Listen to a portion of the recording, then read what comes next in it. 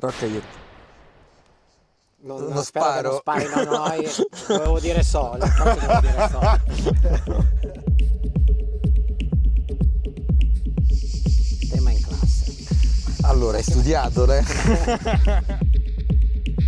Diciamo, il violatore vuole essere un po' la salvaguardia di quella parte intima che abbiamo ognuno dentro, che è la parte buona di noi, che spesso e volentieri tendiamo un attimino a occultare. Il fatto di, ok, ho bisogno di una pausa, prenditi, fai una passeggiata in mezzo a queste meraviglie, ti ricarica proprio le energie mentali Sì. e non ti rende mai stanco di quello che stai. Di avere un ritmo umano, secondo